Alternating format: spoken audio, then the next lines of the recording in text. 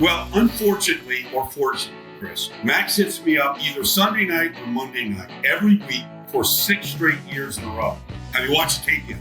Have you watched it yet? What do you think? I'm like, Max, look, I do have a life. I do have some other things I got to get done besides watching, but I'll get to your tape. I'll get to it. I'm going out to past the buoys today. Yo, you're crazy. You're diving in Florida. You know how many sharks there are? Yeah, they're like little puppies. You know, it's like going to a pet store. I'm a Minkah Fitzpatrick fan. Like, you know, when he got traded in his second year from Miami to Pittsburgh, like literally the first game ever, he got traded on Tuesday. He was starting for Pittsburgh on Sunday, and he had 2 takeaways that day. I mean, Vaughn, to be able to go grab grass as easy as he did and bend and set you up with it, I'd say he's probably as good as anybody that we've seen.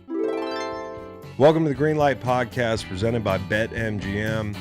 If you haven't signed up for BetMGM yet, use bonus code GREENLIGHT and you'll get up to a $1,500 first bet offer on your first wager with BetMGM. Here's how it works. Download the BetMGM app and sign up using bonus code GREENLIGHT. Deposit at least $10 and place your first wager on any game. If that bet loses, you will receive up to $1,500 in bonus bets. Just make sure you use bonus code GREENLIGHT when you sign up.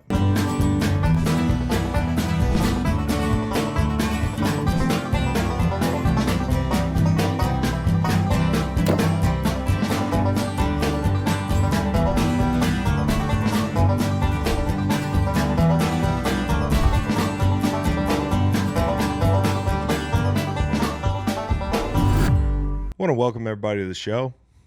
Today we got Brian Baldinger. We talked a lot about him on the last pod. It was only natural that we reached out to him and asked him to tell his side of the story on his blown hamstring in the C terminal of like the Chicago airport or wherever that was that he hurt himself last week on the way to the SAC Summit. Baldy's my favorite. Honestly, I told you this last week.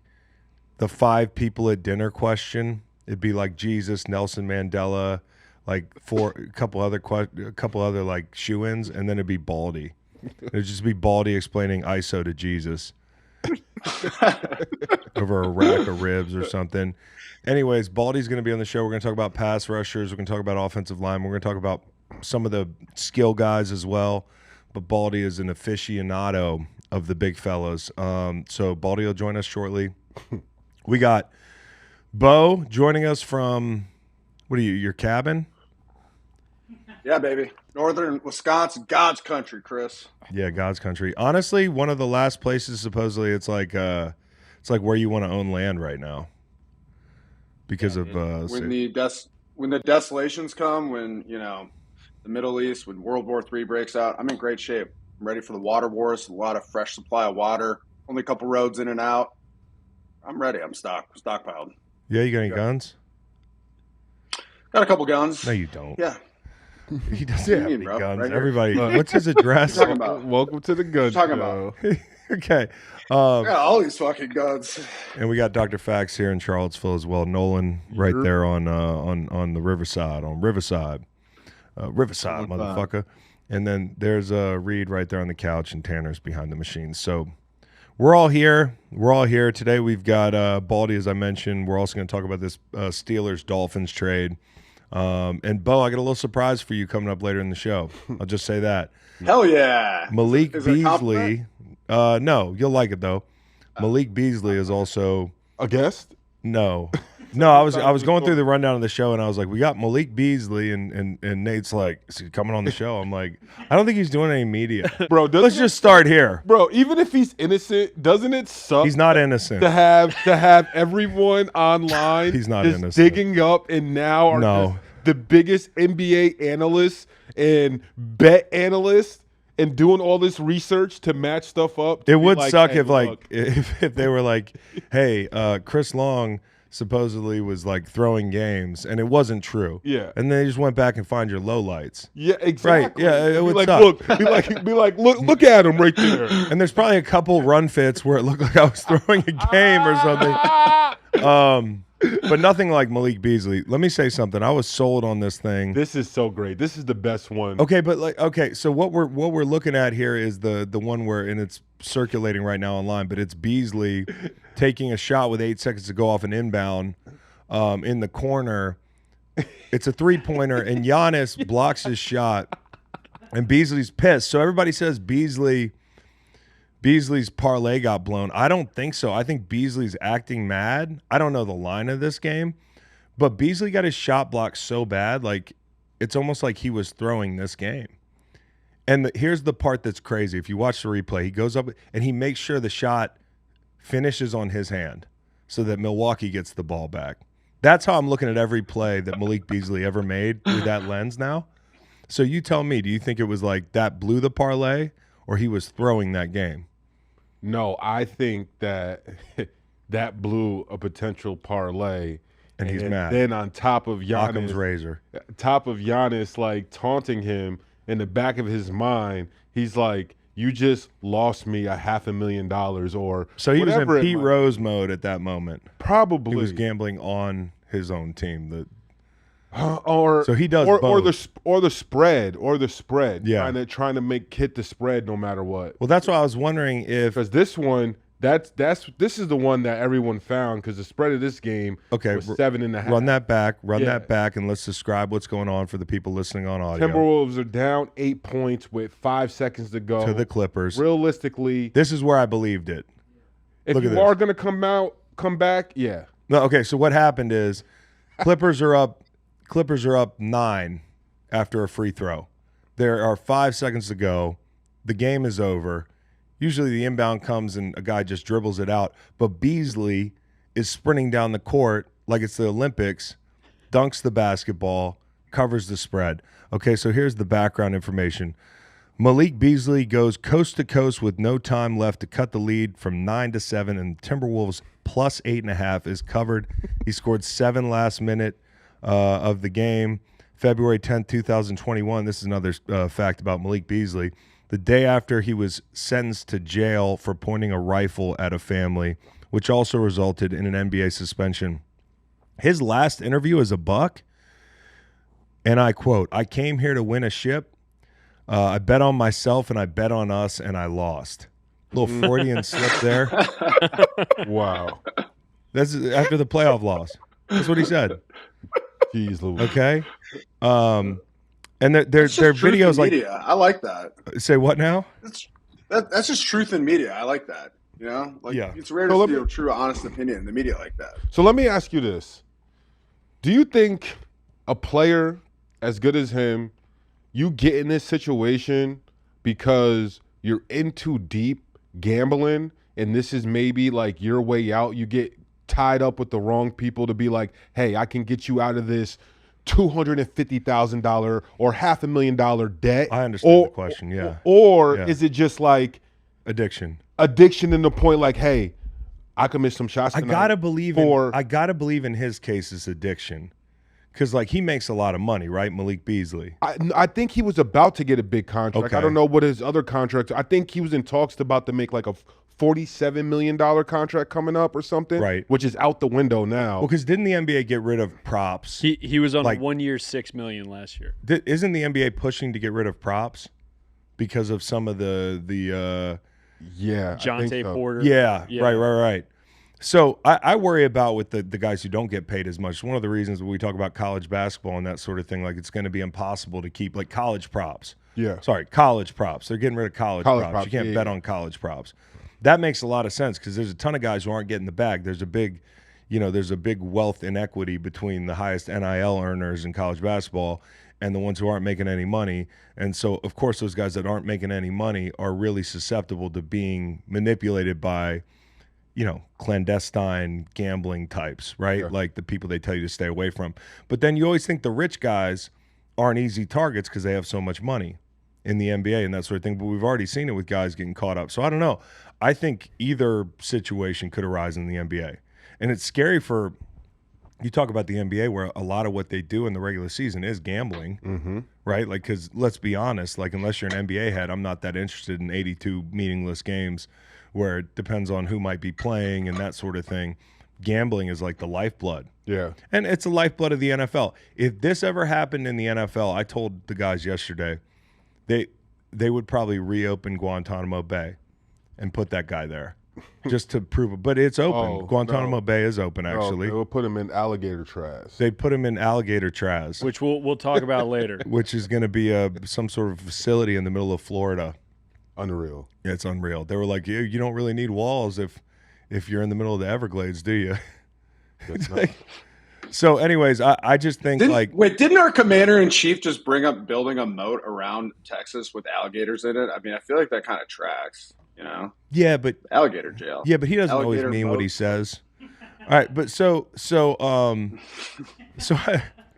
I look at this and I say, like, listen, this is some scary shit for the NBA, for the NFL. Like this is, if this happens, this is probably the most well-known guy getting popped for gambling in our four major sports in a way that muddies the product in modern times.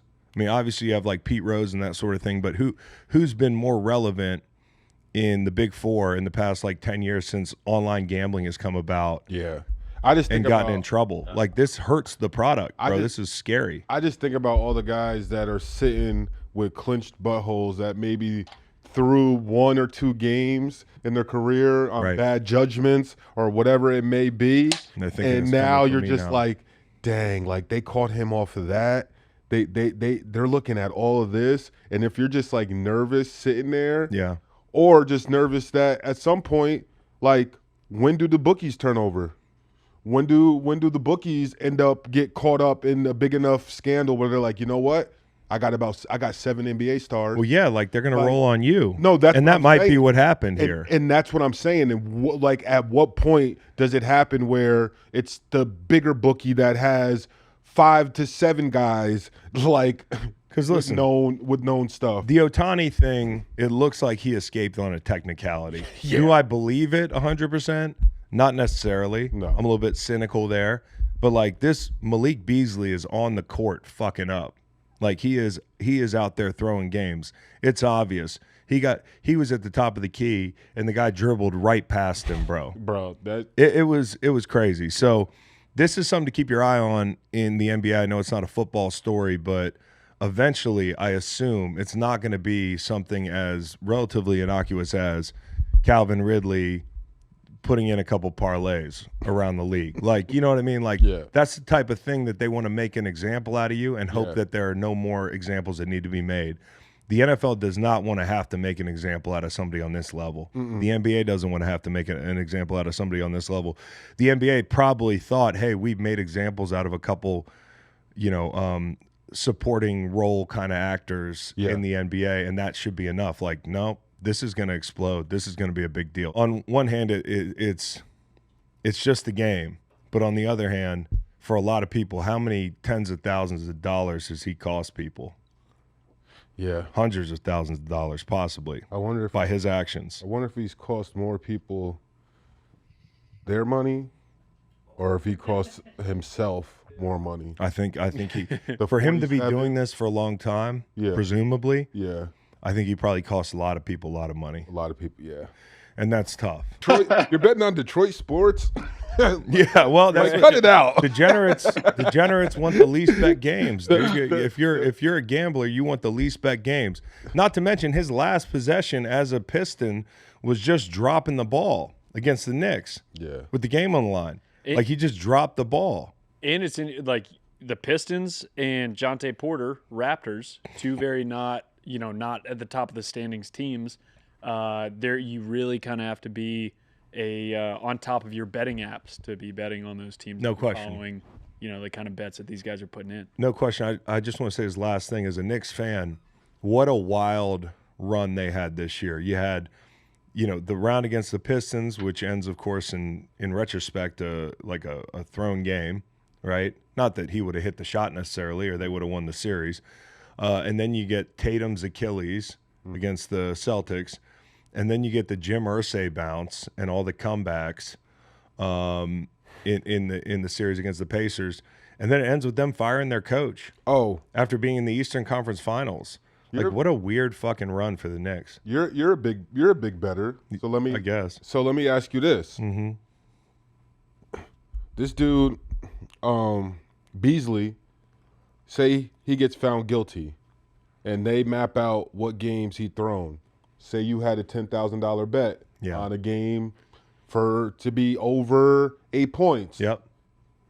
They find him guilty. They say he's thrown this game, this game, this game. What do you do about potentially getting your money back?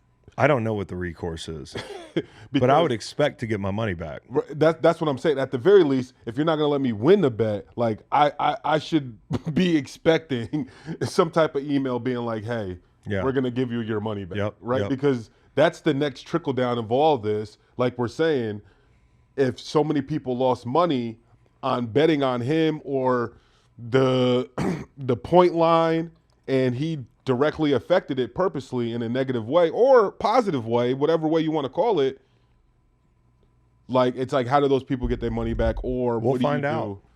do? We'll find out. Luckily, this we're is not the thing for me. Yeah. Dude, NBA does not do it for me. The finals was cool, but I grew up in Minnesota. I'm a hockey guy. I feel like this is not good for the league as a whole. I feel like the product of NBA basketball during the regular season, like viewership was kind of down, right? Like I don't think, to me, regular season NBA basketball is not exciting. Mm-hmm. Does not do it for me. And then you add on top of that a gambling scandal like this, like it just creates a bad product. I don't think it leads the league in a direction that they want to go in. So to your point, Chris, that's why I think they're going to come down on him with an absolute fucking hammer. Yeah, oh yeah. They're trying to preserve a product that's already kind of in decline. So, I mean, I guess the question is, what does the league do from here, right? And it really sucks for probably big time players, because anytime you go into a drought, everyone's going to be like, oh, he's betting. Right. If Steph Curry has enough games where he's not hitting. I don't think Steph's going to be on the top of the watch list for I whatever don't reason. think Not so. To, like, I don't think profile so on who would be either. a degenerate, but But I'm just saying, if he had a month where he's just missing threes, like, there's going to be an account that has millions and millions of views. And Dude, there is like, an account. Look at him right here. He's not shooting the same on purpose. Dude, listen, good thing we're not an NBA podcast, because then the podcast might suffer. It's an imperfect product. Guys are betting on games, not in the NFL. Not in the NFL. Not right now. We haven't seen anything this major in the NFL. Let's talk about this big trade. There's a big trade today. Pittsburgh and Miami doing some business. Pittsburgh gets Jalen Ramsey and Jonnu Smith. Miami gets Minkah Fitzpatrick, and you've got a pick swap. 2027 7th. That's what Pittsburgh comes up with, and Miami's got a 2027 5th. So they end up on top on the pick swap, and they get Minkah back, and Ramsey and Smith head up to Pittsburgh.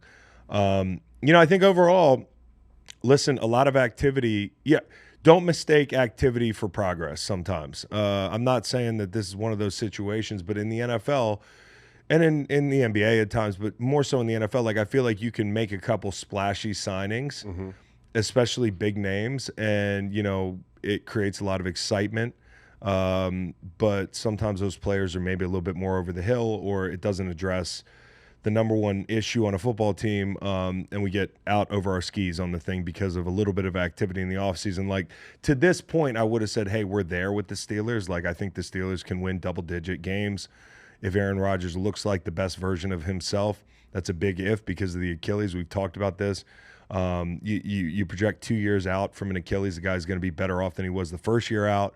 Yet we're making those determinations based on a track record of younger guys coming off Achilles. So this is a 40-something-year-old quarterback.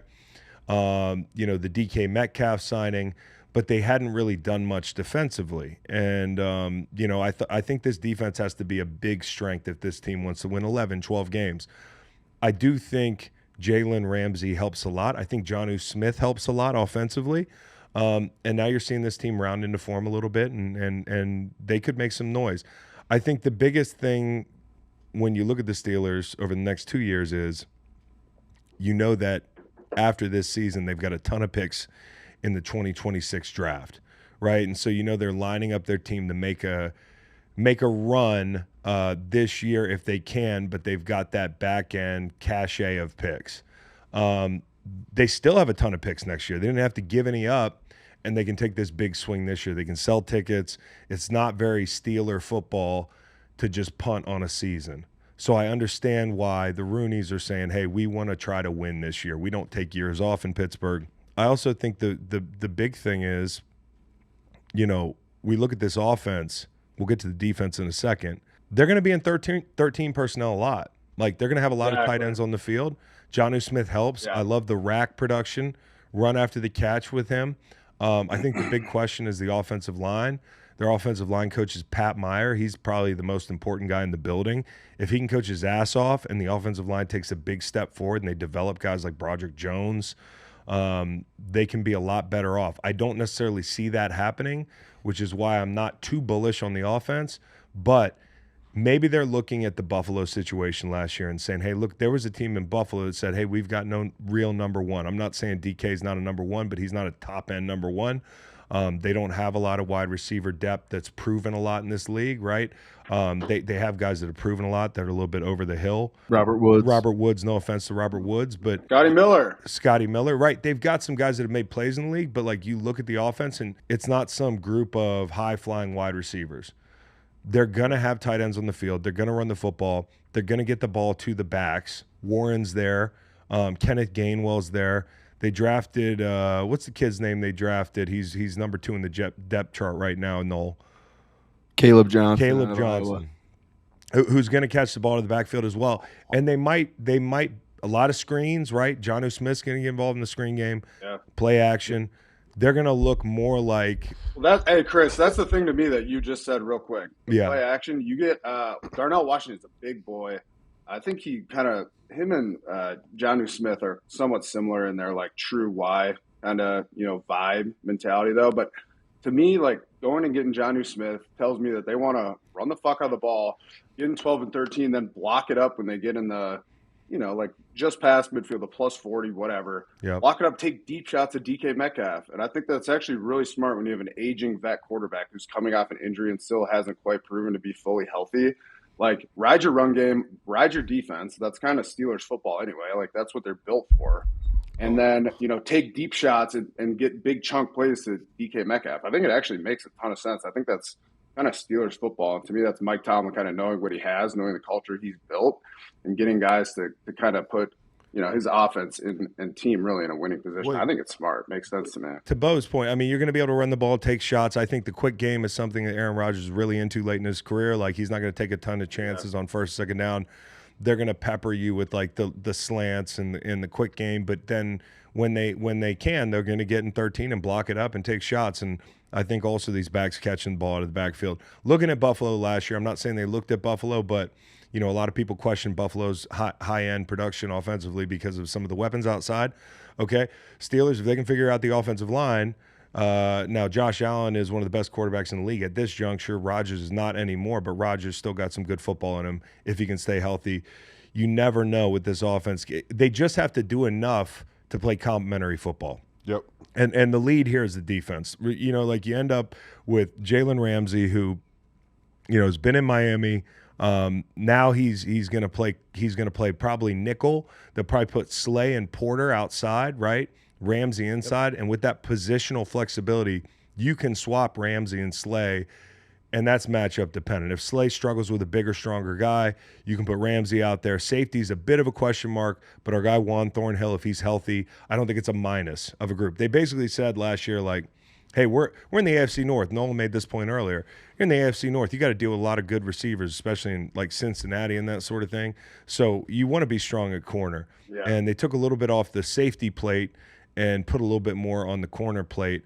And I think actually this could pay off. I mean, and Harmon got to be happy, right? Oh yeah, you think about having probably one of the best bookend groups in the league in Highsmith and Watt.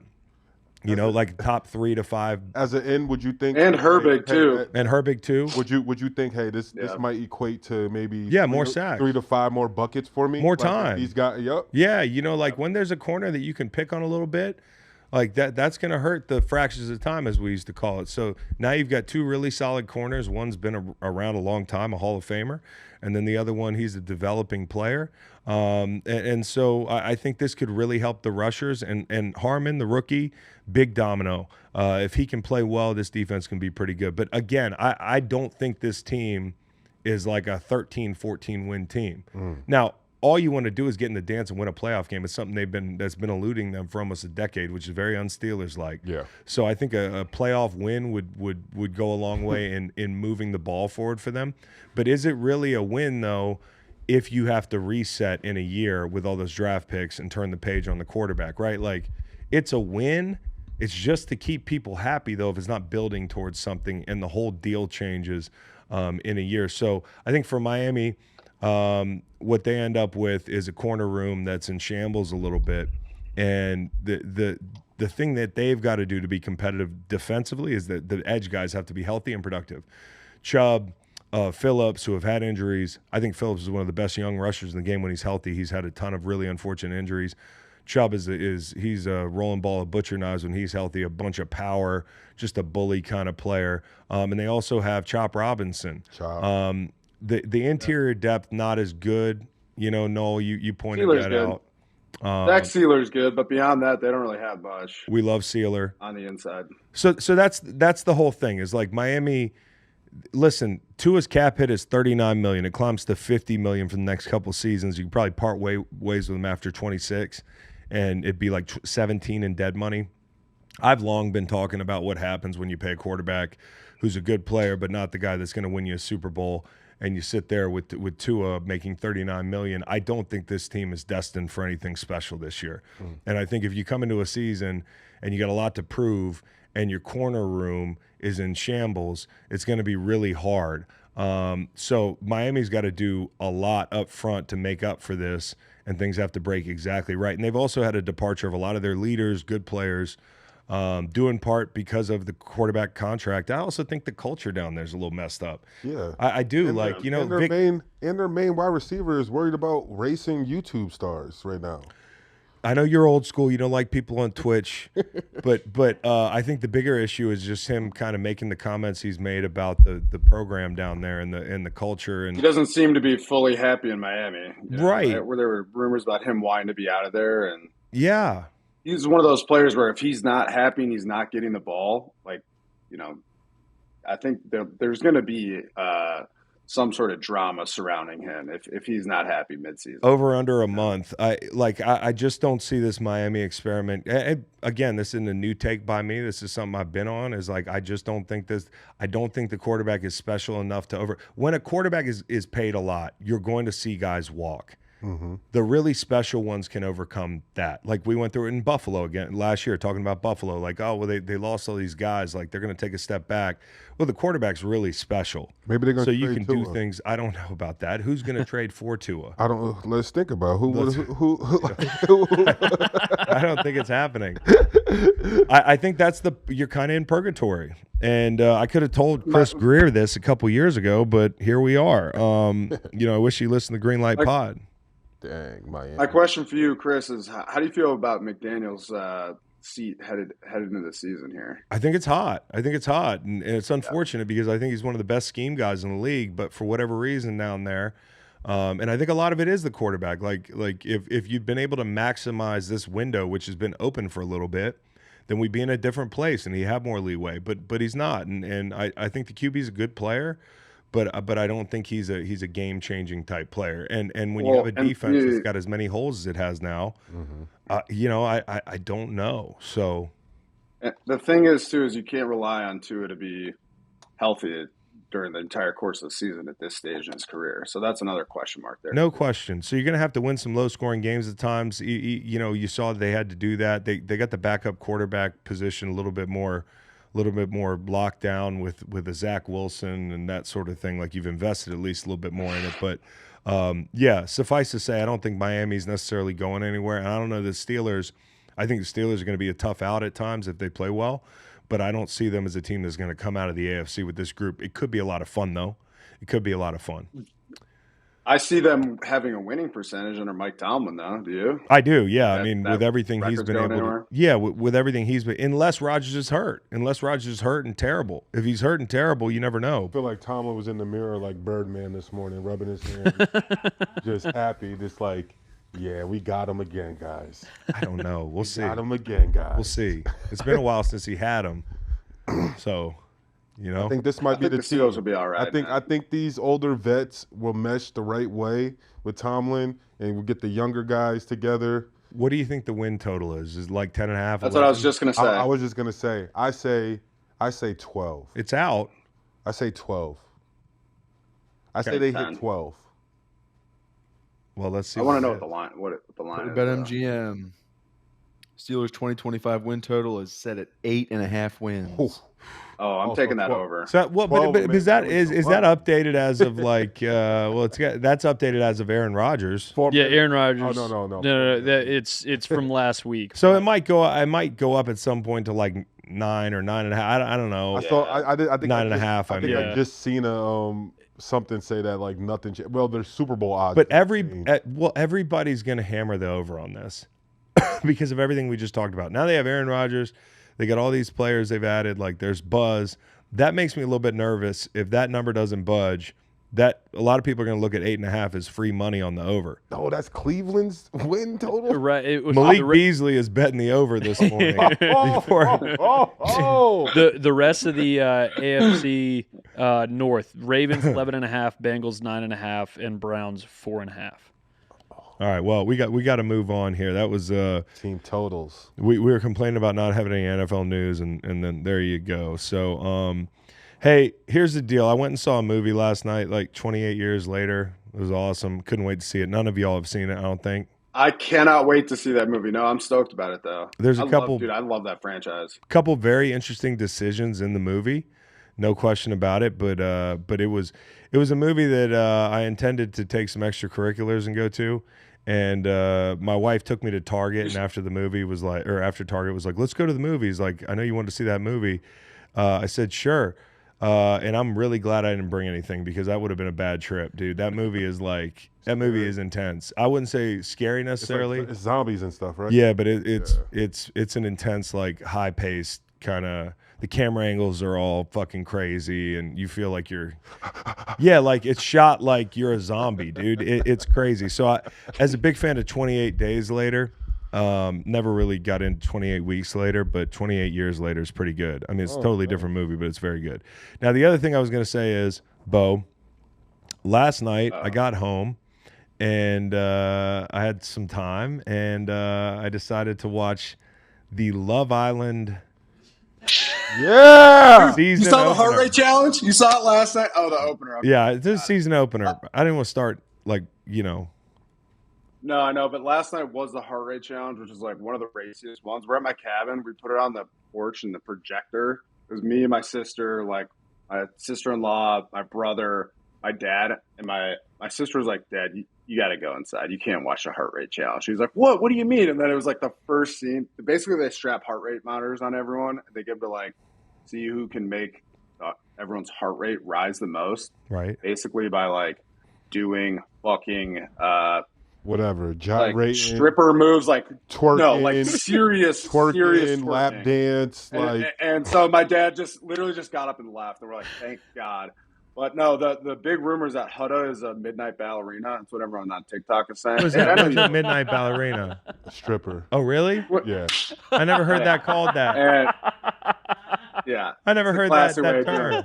Have you heard that term? But before. No, you haven't. I have. It's way too long a pause. So now that's basically solidified, though. Like that has gone from speculation to lore after last night's episode. She was clapping her heels, bro. All the girls got pissed at her because she was dancing on Ace. Sorry to interrupt you, Chris. Just had to let all that out. On Ace? How was your first watching on Ace? Yeah. Okay. Well, Ace was Spoiler alert. Ace was like Caleb Williams out there, bro. Like their teams were just tripping over themselves to draft him. So Hutta, the first thing I noticed is she's like, yeah, I'm a single mom. So I just decided to leave my kid at home for 6 weeks while I go to midnight ballerina. You know, that's a crazy thing, is it not? Like red flag a little bit there. Yeah, you know what's so funny that that's one of many with her. That's the first thing I said to my girl when watching this. I was like, if I got in an argument or I didn't like this girl and I knew she had a kid, the first thing that would be on my mind is just like, where's your kid? Where's your kid? Where's your kid, Hutta? Like, she's got a two bedroom in LA, and She's a single mom. Dude, that's crazy. And then I gotta say, like, overall, I'm not like blown away with the talent on the show. It's not like I'd be watching for the talent. I just would say that. I That's think you'll the thing like about it. Iris. The Wait till Iris gets See, it. look, I think you'll be Iris is gonna be a new person. So that's the thing. That's They the bring in allure about the bombshells. show. They bring in bombshells, like guys and girls at different times, to spice things up, Yeah. and then other people get kicked off. Okay. Yeah, so they bring in new bombshells, and if they couple up with people who are already coupled up, like if you're the last man out, you get voted off. Can I? So I don't watch Love Island. Who are the two people in this meme? What was the date? It was just like. Well, no spoilers, right? Well, that's Hudda, and I think I forget. Hudda's in the top. Yeah, That's maybe Iris. that's Iris. Okay. Yeah. Okay, But, here's the deal. I'm not going to continue. No, the watching. memeability of this show is incredible. I don't think it's You don't like. need to. You have your live correspondent right here. I'm up to date. No, I know, but I just wanted to see. I want brother. to. Yeah. You see how much more locked in I am on Love Island and NBA basketball? It's Yeah. actually pathetic. Yeah. I mean, I would gamble on this shit. Beau That's why I Bois. would encourage you. was Austin high in the beginning? You think No, Austin's he's just high? dumb as a box of He's- rocks. He's- Yo, when they Like- introduced him, he was like, they were doing the introduction. And he's sitting in that like set where he's supposed to dance around and shit. And he's like, this is cool. There's so many colors. Yeah. I was like, He's geez, so funny. yo, there's just And nobody there's- home, huh? I've watched a lot of trash TV. Yeah. I watched Love on the Spectrum, which is a surprisingly great show. Oh, and I'm watching Love Island. I feel like there's a little bit of a Venn diagram there where, like, Austin probably could have been on both. You know? Do you think? Like, You he's think funny Austin as could have shit, been a two-sport star? Yeah. Yeah. Oh my God, dude. You're seeing the first episode, and they do a good job of kind of making each character being like, oh, he's cool, and then by the second or third episode, you'll be like, yo, you're a loser. bro." Okay, well, I'll never see that. And the last one is this. Can I just say one thing about this episode last night? Sure. It was fucking crazy. It was the heart rate challenge, and all the girls were pissed at Hudda because she went and danced on Ace, and like they took him. And Ace is just Chris he's just was- a But fucking- there's she a put- lot of she drama put her- here. I'm gonna try She not put to. she put her cooter on his face. her during the- cooter. No. They blocked it of out. course. They blocked it out. They blocked it out too, and it was super dramatic. Everyone online thinks that Ace got a huge boner because he was wearing a tiny little leotard, like he was dressed like a Flintstone. Yeah. And so everyone's kind of speculating what happened, and there were some very obvious cuts. And then Shelly got super pissed at Hudda and was like, "Wow, I can't believe you do that." And she was like, "It was a challenge." So like everyone's speculating that either Ace got a boner, or she like grabbed his dick, or like there's a lot of lore here to dig into, and I really have to I got to get up to speed because the memes are really the information comes out quickly here, and these internet sleuths on TikTok for this show are pretty incredible. So Not going to see I'll get those to the either. bottom I of just it. wanted you to know that I'm not going to continue to watch the show. It just doesn't do it for me. Before we go, I wanted to pitch something to you guys. Ooh. Hate Island. Controversial personalities and leaders of various hate groups selected by the SLPC, that's the Southern Law Poverty Center, Amnesty International, and the FBI take to, I don't know, fucking the Bahamas for 8 weeks. No, it's got to be like a shitty island. Well, I didn't want to pick an easy, island beautiful, and and then lovely. we wouldn't be popular there. It'd There's be only like the UK. there's only one rule: no violence. Coney Island. Easy. The Grand Wizard of the KKK, current leader of the Taliban, Hibatullah Akhundzada, Kim Jong-un, and Jesse Waters from Fox News are reportedly inked for season 1. You know what's crazy? This would do numbers. The next Love Island season, they should put all these hot people, but then like one regular ass person, like one just sloppy ass dude walks in, like named Dennis, and he's hideous. He hasn't had a haircut. He's got a big beer gut. And just watch He's him like go an IT tech undrafted. consultant. That's his Yeah. job. Yeah. Somebody's got to fuck him. I watched the Barbie movie over the weekend with my buddies. It's like fucking Alan from the Barbie Yes, movie. which is, by the way, the Barbie movie, Great movie. is fire, dude. Great movie. movie. Great movie. Mojo That- Dojo Mojo Casa Dojo House, Casa bro. House. All right, and here's That was like Floribama Shore. There was always one guy who was the dude who was ugly? He was the hot girl's like best friend. oh, Like there was okay. always one guy on that show that was like the party dude. Yeah. But you know he wasn't. I kind of like that wrinkle, but I also Yeah. really like Hate Island. I might, Yeah. I Hate really Island. think Hate Island It's would mad. go, dude. It would. Yeah. All right, anyways, Charleston White would be on there. Charleston White, yeah, It'll be Yes. TV. that'd be great. All right, so now we got Baldy. All right, now the main event of the show, the one, the only, Brian Baldinger, aka Baldy, who I was just in Vegas with at the SAC Summit. Here we are again. What's up, Baldy? How we doing, man? We survived, didn't we, Chris? Yeah, we did. I mean, it's not easy. It's not easy, man.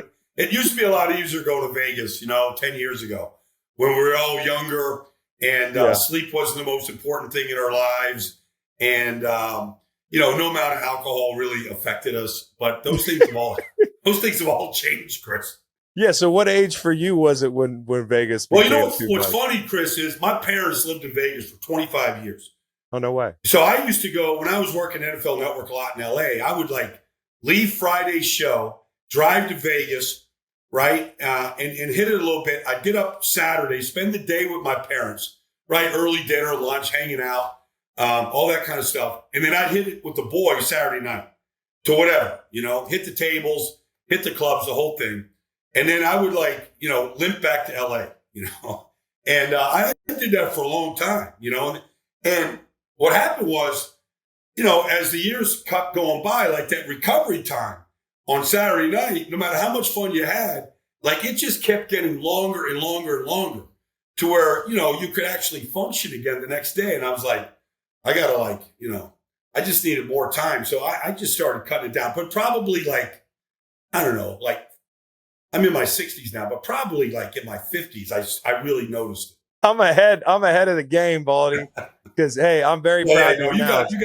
You got youth on your side, Chris. Yeah, but I'm proud to announce. So I stayed in 2 out of 3 nights in Vegas. Watched some movies. Ended up throwing Goldfinger on the little James Bond on the Apple TV the last night, and kind of just looked out at the Strip. I was like, hey, you know what? I'm not gonna let FOMO win. I'm staying in the house, and it was a good time though. We were there for a reason, which helps, right? We were there all day. Thursday, we were doing drills and we were watching film for the SAC Summit. We had our poker tournament Thursday night. Those guys, Von Miller, Maxx Crosby, Cam Jordan did a fantastic job putting this thing together. Baldy, to the point where I told the guys, and maybe you heard me say this, I'm jealous of y'all. Yeah. I'm not an easy person to make jealous. I'm not jealous of y'all's big contracts. No. Good for you, the whole thing. But what I am jealous of is y'all have this resource that we didn't have, and I think it would have helped our generation. And so kudos to Max, to Vaughn, to Cam for getting this thing done. Well, you're right, Chris. And, and really Vaughn, this is his 9th year, and Vaughn kind of had the vision of it. But, it wasn't well received in Denver and by other people, guys, sharing your trade secrets, with the enemy. Fans didn't like it. Teams didn't like it. And he just kind of brushed his shoulders at the whole thing, going, this is the fraternity. This is what we do. Yeah. And I think the cool thing right now is, I think I mentioned it, but a guy like Milton Williams, a guy that you're a big fan of, goes from Philly to New England in free agency. He gets a second contract. And you could feel like everybody was happy for Milton. Yeah. The whole fraternity was happy for him. And I think that's cool because we all have a very limited amount of time that we can play this game. You want to maximize your time on the field. And even some of the things that you brought up, Chris, about, get the second opinion on injuries. Don't go out there and play hurt. And some of the things that you get pressured into do as a good teammate might not be the best thing for you long term. But even to bring that up and to share that, because we share more than just pass rush. It's team. It's, how teams view you. It's free agency. There's a lot of things that go into contract negotiations. Negotiations. Yeah. And so, we're talking about, how to recover, how to best treat your body. Because a lot of these kids, I saw you sitting down at the table. I think the cool thing is, when we were indoors talking, there's Jonnu Smith Jr. from the Eagles sitting and talking to you and watching Nolan walk out, onto the buses with Vaughn, and to see these young guys that are just getting started, hearing some of this stuff, that maybe we trigger something that helps them in their career long term. And I think there is no non-benefit to that. That can only be a good thing. No question. I think what's cool about it is when you're in a D-line room, you're lucky to have vets at all in this generation of the NFL. When I came in the NFL, and certainly when you were in the NFL, there were a lot of older players, right? And so now you enter in the NFL, and maybe the oldest guy in your room is 7 years, which that's getting up there in today's NFL. And to make it 7 years, you have to accrue a lot of knowledge and have a lot of experience. But there's nothing like having like a 12, 13-year guy in your room. And another thing is, like, when you're in your room, you usually don't have, if you're a unique body type guy, a guy that you can learn from that's exactly like you. Because all pass rushers are different. Like, look in that room, and there's like 30 different body types. Like, you got your Von Millers, you got your George Karlaftis, you've got your you've got your Nolan Smiths, you know, like you've got some of the D tackles in there, and everybody's different. In your D-line room, you might not have a vet, and you might not have somebody with your body type. And what I think is so cool is you walk into that room and somebody has your play style. Yeah. Yeah. You know, somebody plays a little bit like you. Like, there were certain guys that were asking me for advice at different turns in the weekend. And I would tell them, I'd be like, hey, listen, you're a lot quicker than me. You're a lot faster than me. You might want to listen to Vaughn on this thing. You might actually have a shot at sinking a ghost rush. Yeah. And there's certain guys where I said, hey, buddy, when Vaughn's talking about the ghost rush, you just come over here with me and we'll work on the long arm, because that ain't happening for you. And so I think what's really cool is you got, number one, you got veterans. Number two, you have people that are just like you, chances are, in that room. And I think you can kind of tailor make the weekend to whatever you want it to be. And I think it was so cool. And to your point, it's not just technique, it's also all the extracurricular stuff. Yeah, but even like, you know, Calais Campbell's there, right? So you talk about body types. I mean, there's one of Calais Campbell's, right? There's one guy that's 6'8" and 290 that looks like that, or three, whatever Calais is. And there he is, you know, on the field the other day, and he's got that jug of water in his hand. You know, he's hydrating out there. He's just not, you know, and so, yes, the body type thing is real, because, you know, we sit there getting ready for the draft and we study all these guys, and I see Jalen Walker there, right? And I mean, I asked Jalen Walker because I saw him play off the ball inside linebacker, pass rush. Well, you know, he's a pass rusher now. And so now you watch his bend, and you watch, you know, some of the elite traits that he has. Well, it's different than Maxx, you know, and so he doesn't have the length that Maxx has, but he's got a great burst and he's got a great bend. And so now you start catering your pass rush, you know, to somebody like that. So and not everybody, like, to your point, in your training camp D-line room of, you know, 10, 12 guys, whatever it is, you know, you might not have another guy like that in the room where you can learn from. Right, exactly. And so, I mean, like, somebody like Buffalo signed, what's the kid's name? The Buffalo defense. Landon Jackson. Yeah, Landon Jackson from Arkansas. Yeah. Had a great time talking to him at the cigar bar there, whatever night that was, Thursday night. And, you know, this is kind of a twofold thing. But number one, I saw him 4 years ago when his tape went viral doing drills out of high school. He was at some camp. Yeah. And he looked like he didn't know what he was doing, like many of us do when we do bags for the first time. Right. Like, bags is not football. It helps, but it ain't football. Like, and he was struggling. He was drinking from a fire hose at this camp, and he went viral for it, and people were making fun of him, the whole thing. Fast forward 4 years later, I'm watching the draft, and I'm like, that's the kid. You know, I was so happy for him to make that jump, and really happy for him to walk out on the field and see him doing the bags, and he looked really good. Mm-hmm. You know, he's developed a great deal, and they're obviously going to need him in Buffalo, but I think what's so cool about him is sitting down and talking to him, like, his body type is Maxx Crosby. Yeah. You know, not to say they're making arms, man. All arms and legs, man. He's long. Yeah. So you've got your guy there to learn from, you know, like, you've got your body type there to learn from. A guy that I got to learn from over the weekend, and, you know, me, I've been out 7 years, but I'm still learning, is Justin Houston. Yeah. You know, Justin Houston was a guy who rushed like me at times, like I tried to rush like Justin Houston, with a lot of long arm, a lot of power, a lot of swipes off the power. Yeah. And sitting there talking to Justin, just me and him, about swipe technique, there were things that he did that were a little bit different, that, hey, if we had this sack summit when I played, I could have really enjoyed some of those coaching points from a guy who was at the top of his game. So it's really cool to show up to this thing and find your guy. Like, if I was a player, I would have found one guy and followed him around, and that would have been the guy for me. But every guy has a guy like that, which is really cool, man. And I thought Landon Jackson looked great. Yeah. I also want to say this, Maxx, man, you know, we love Maxx, but watching him do drills in person, I turned to his buddy, Roback, his co-host, you know, on the Rush.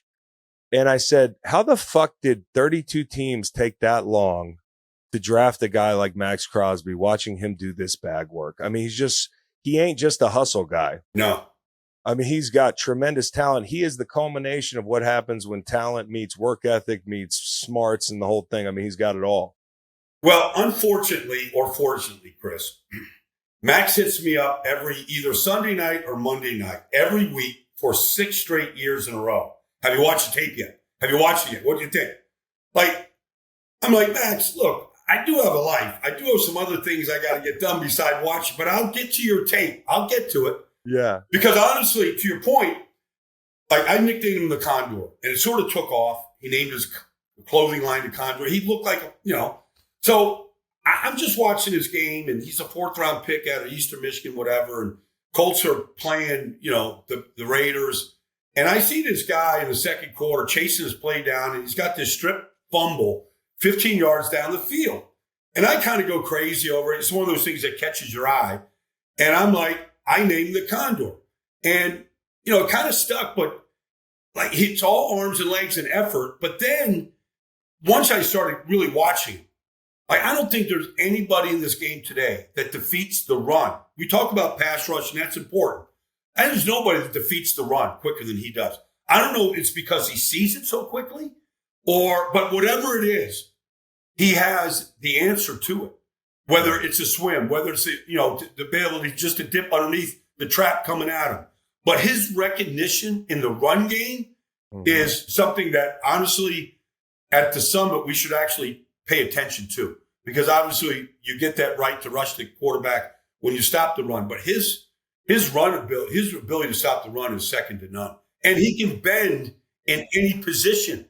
Like you see him like, there's no way he should get out of this Trey Smith trap right here. And he's like, I mean, he's Gumby, just coming at him. That's what he is. He's Gumby. He's got great flexibility, great length, and great twitch, which like to have that length and have those two other things, like most people don't have that.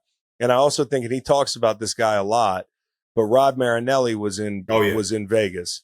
Yeah. And that is a gift. Yeah. To have that as a young player, Rod Marinelli, one of the great defensive line coaches in NFL history. I know he still talks to Rod. I think he was texting with him, over the weekend or whatever. So like Rod having a coach like that definitely rubbed off on him. You can see with the effort, with the technique, with the attacking mindset in the run game, which you mentioned, a lot of people get that lost. Like there are guys that play blocks, very true. And they fit everything up perfectly and that sort of thing. And like, that's one type of run defense guy. And then there's another guy that he's on his track and he's going to be 3 yards in the backfield. And I think Max is one of those guys. He's got great balance. He's not knocked off his track ever. And he's a great finisher. Yeah. Like Baldy, like that's half the battle is like being able to make the plays when you put yourself in the position to make them. And he does a great job of that. So just wanted to sit there and hype up Max for a second. I got to go on the rush. And seeing, Landon Jackson out there kind of trying to emulate him was pretty cool. And then you get your guys listening to Von Miller, and Von's like, this is what I do. Sometimes I won't even let the guy touch me. And we're looking around. I'm like, fuck, I don't know if y'all could take his advice on this one. Yeah. There's only one guy like Von Miller. And then hearing Cam Jordan talk about power rush and being a bully, it's like he's a totally different rusher. So I thought it was awesome, man. It was a great weekend. I love the film session too that you put on in that room full of 30, wide-eyed, eager young players who were eating up every word. I thought that was awesome.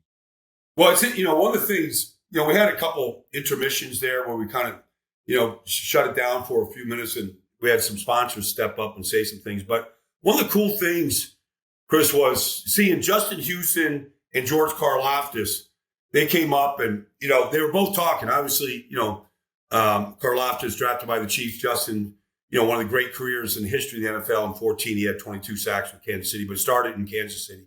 Was in and then played in a couple other places. But like if you are playing with the Chiefs, and I'm good friends with Bill Moss, like your dad is, you learn pretty quickly going back to Buck Buchanan, Boogie Bell, Bill Moss, Neil Smith, Derek Thomas, Jared Allen. There is a lineage of pass rush when you go to the Chiefs.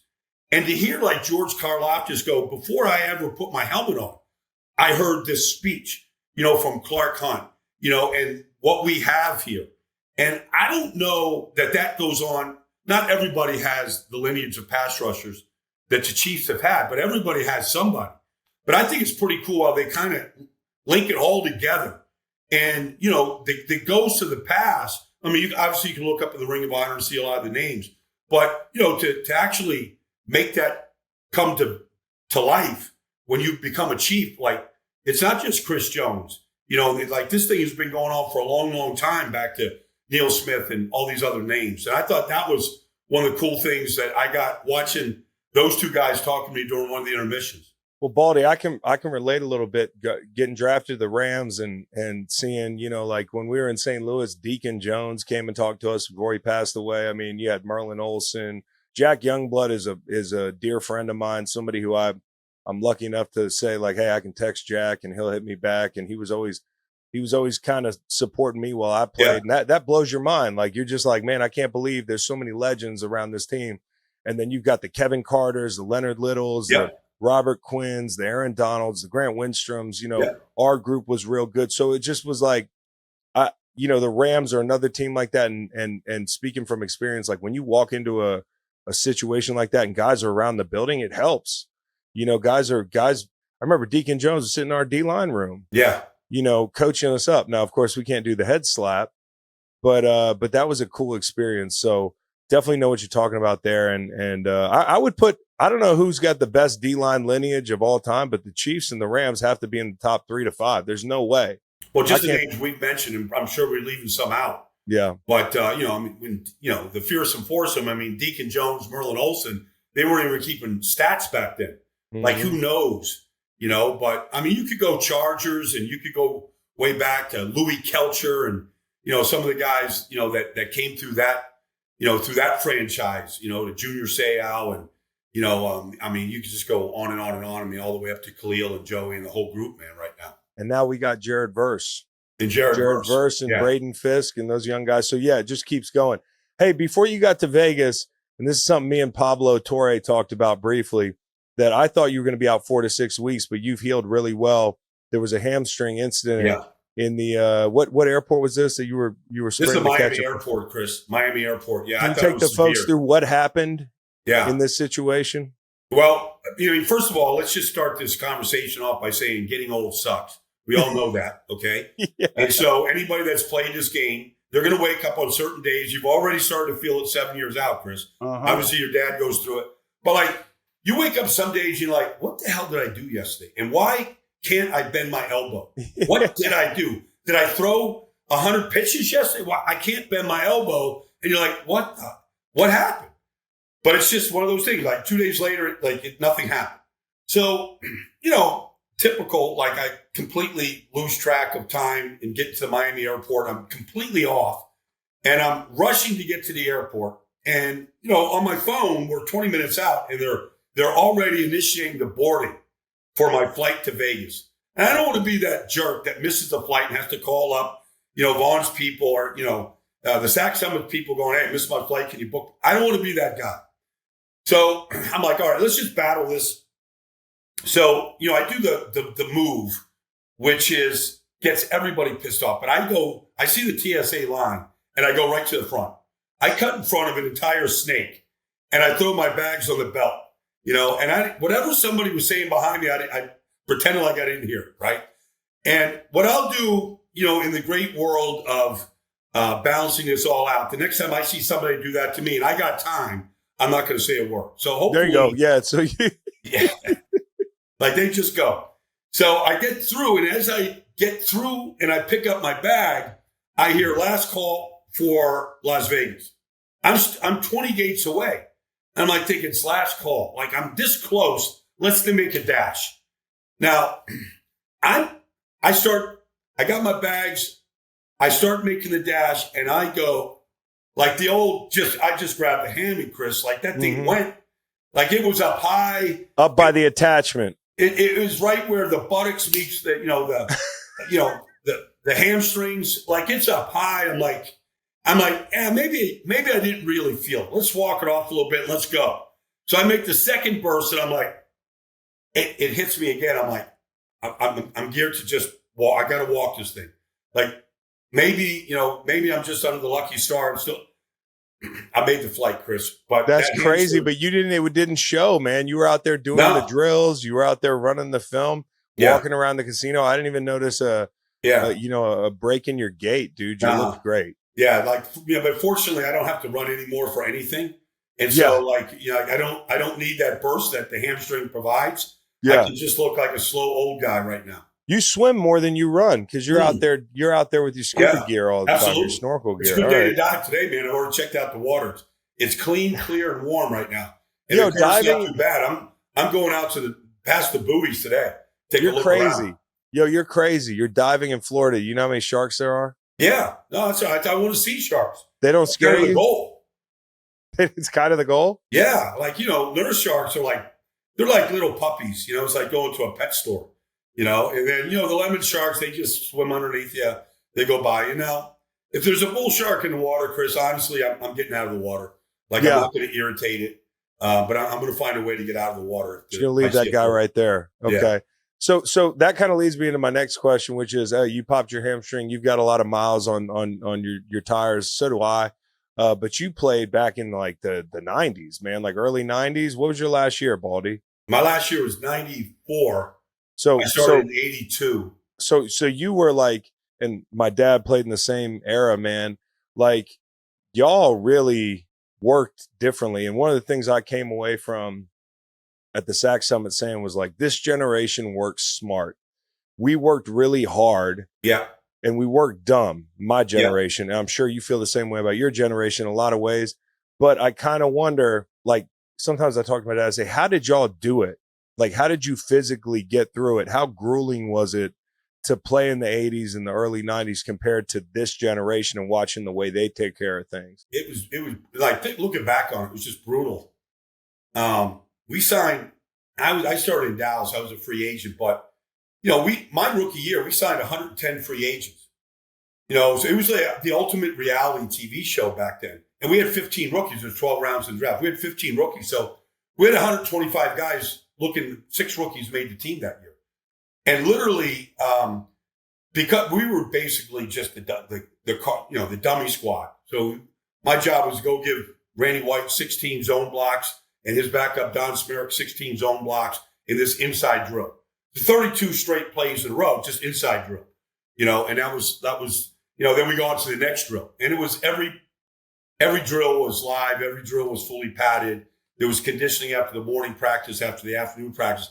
But what used to make me laugh is it was so brutal and the money was so little that literally we'd go out there to start, just to walk out to the field to begin stretch and warm up. And guys just turned around and walked back in and turned their pads in, just checked out. Like, really?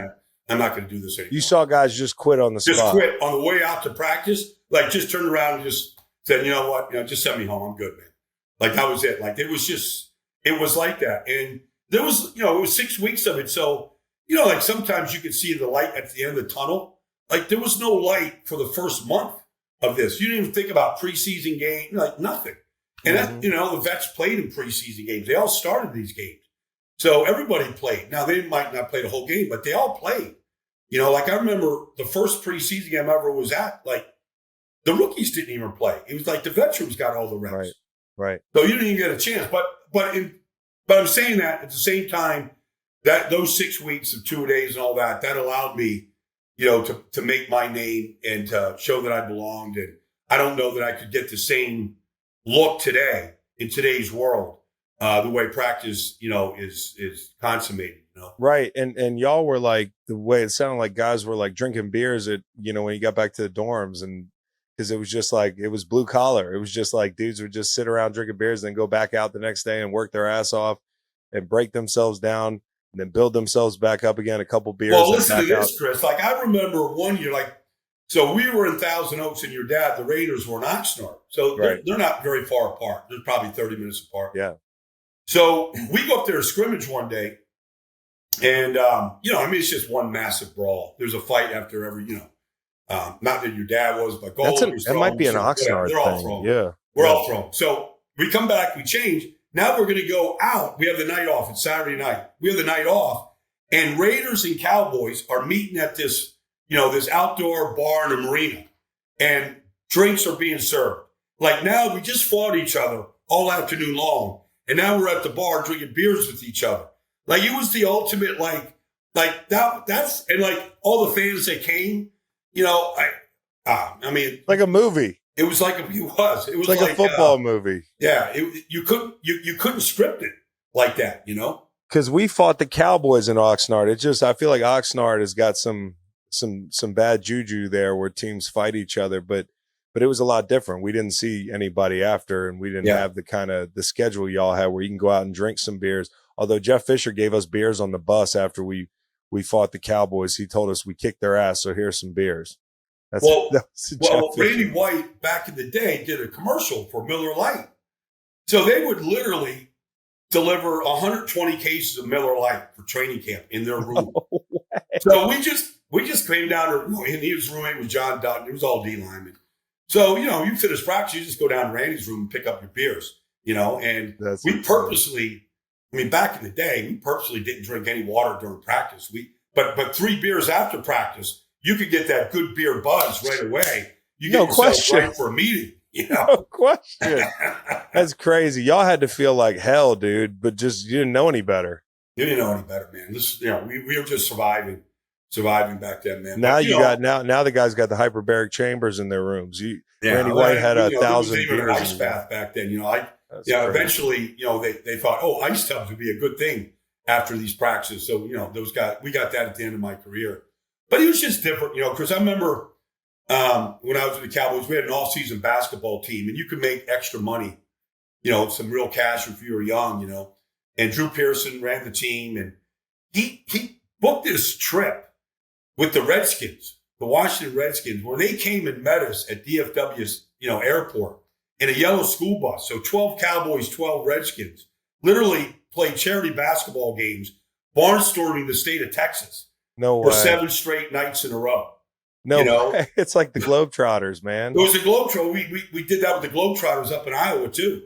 We had a back-to-back night with those guys, and it was so funny. Like, we were in Fort Dodge, Iowa, playing the Globetrotters, and we had a 7:00 show and a 9:00 show. And so back then, like, cash was king. So you come back from the 7:00 show, and they're counting the money for you, right? So you got 400 in your pocket. And then you do the 9:00 show, you get 400 more, and then we all went out to some diner, and we all ate and drank our asses off. That's great. Yeah. Oh, I spent half of it that night. Yeah, probably. Yeah. Who was the best basketball player on that Dallas team? Everson Walls was really good. He was a great player. Mark Tuinei was a great player. Really? Like, you know, he was literally, you know, one of those Polynesians, you know, like. Yeah, dude. The basketball was like a grapefruit in his hand. You know, he's playing both ways. He's playing offensive tackle, defensive tackle one year, both ways, and he could take a basketball at 275 and dunk it any way you wanted to dunk it. Was that one of the first that was one of the first biggest O-lines, right? Like the Dallas O-line? Yeah, well, it really, like in 84, we got Crawford Kerr, we had Tuinei, we had Gogan. You know, we had a bunch of guys that were, you know, 310, 315, 320. Newton probably came in at 400 and got down to 350. He was a problem for everybody right away. He was a natural athlete and then ended up having a great career. But, yeah, it started getting big real fast. I would say so. In the spirit of training camps, as we're just telling training camp stories so far, who had, in your years of covering the NFL, who has had the worst training camp? By worst, I mean you're watching and you're like, damn. I mean, I used to hear about Andy Reid at Lehigh. You hear about Dick Vermeil in Philly. I know Sean Payton's got a hell of a training camp, but who takes the cake in your opinion, since you've seen so many of them? You know, Andy still runs a hard camp, but those camps at Lehigh, I remember like going up there and covering them, and doing all the stuff I was doing back then. And, you know, there's Trotter, like, taking Westbrook to the ground like it's game day. Like, full on. Yeah, like, I mean, this drill is live. But even now, if you go out to Latrobe right now, I mean, I remember I was out there a couple summers ago, and I got a couple buddies that, you know, work there or whatever. So I'm just hanging out waiting. Here comes Tomlin. And so he's like, we've known each other a long time. So he goes, Baldy, just watch today's practice. Do whatever you got to do. I'll give you a coach's pass. But I want you to tell me at the end of practice, am I a dinosaur? Is anybody else doing what we're doing? Like there was a day, literally, when I was there, every single drill was live. There's TJ on the goal line, taking down Jalen Warren, keeping him out of the end zone. Pads were popping. It was pretty cool to watch and see. So what do you think about them? Speaking of Pittsburgh, what do you think about Pittsburgh this year with the news that broke this morning? Well, I mean, I'm a Minkah Fitzpatrick fan. When he got traded in his second year from Miami to Pittsburgh, literally the first game ever, he got traded on a Tuesday. He was starting for Pittsburgh on a Sunday, and he had 2 takeaways that day. And he was money, and he loved it and loved Tomlin and loved playing in Pittsburgh. But you look at him the last 2 years, Chris. He has 1 takeaway in the last 2 years. And honestly, Deshaun Elliott was probably a better player last year. He's probably faster, probably a better tackler. And so Jalen Ramsey wasn't coming. He wasn't going to play for the Dolphins. He was going to sit out. They had to do something for him. Jonnu Smith played for Arthur Smith in Tennessee. He always loved him. They need a tight end, especially a move tight end like that. And so I think Pittsburgh, I will see what Jalen's like, but I mean, you get Slay, you get Jalen Ramsey, you get, Porter, you can lock up pretty good on the outside with some of these corners. I feel like Pittsburgh got the better deal right now. Yeah, the thing we were talking about was, having Jalen able to play nickel and switch Darius Slay out depending on the matchup, so you have some positional flexibility there. I think adding another tight end, you mentioned Jonnu Smith, who I think is the 3rd stop with Arthur Smith. If you go Tennessee, Atlanta, and now here. I kind of likened it. It's not the same thing as Buffalo last year, right? Because Josh is what Aaron was in his prime, as far as being elite. But, people bemoan the lack of wide receiver power that they had in Buffalo before the season. And it's kind of a similar thing, with the departure of George Pickens. People are like, how are you going to make it work with just one, bona fide number 1 guy, if you call him that, in DK Metcalf? Well, they got 3 tight ends that they're going to use regularly. And they're going to throw the ball to the guys out of the backfield. And that's kind of like what a lot of screen game, that sort of thing. That's kind of what got Buffalo through last year. I'm not saying they're going to be that dominant at all. But I wouldn't put it past them to look pretty competent. The only thing for me is the offensive line. They really have to develop to give these guys a chance offensively, but the defense looks pretty good. And, rushing coverage, man, having another, great corner is going to make it even easier on a front that features, Watt, Highsmith, Herbig. You got the big draft pick. You got Hayward, who was playing great last year. Benton. They're really stacked up front. Well, they had a kid they drafted last year, Roman Wilson. They never played last year, got hurt, missed the season. Yeah, he could. So they like him. The word, I'm pretty close to a couple guys there. They say he had a great offseason. We'll see. That's good. But the offensive line is something, Andy Weidel and Omar Khan have been trying to build now. And so, Fontenot was a first-round pick last year, got hurt in the first game. Zach Frazier was a rookie in the lineage. Talk about lineage of positions. Might be anybody in this league that could do anything better than center that Pittsburgh Steelers have done at that position over the course of 50 years. But, going back to Mike Webster. But I think if you put Broderick Jones, Isaac, Frazier, McCormick, and Fontenot up front, and you coach them up, that might be a pretty good group right now. Got to coach them up, right? Yes, we talked about development. That a lot of teams, the Eagles, one of the best in the league. That's where Sayamalu came from, and they got, because of Stoutland, they really developed guys. Like Jordan Mailata wasn't Jordan Mailata until he got there and learned how to play football and that sort of thing. Obviously Fontenot coming off an injury, Broderick Jones being a mauler that's got to really learn how to use his hands without holding and grabbing.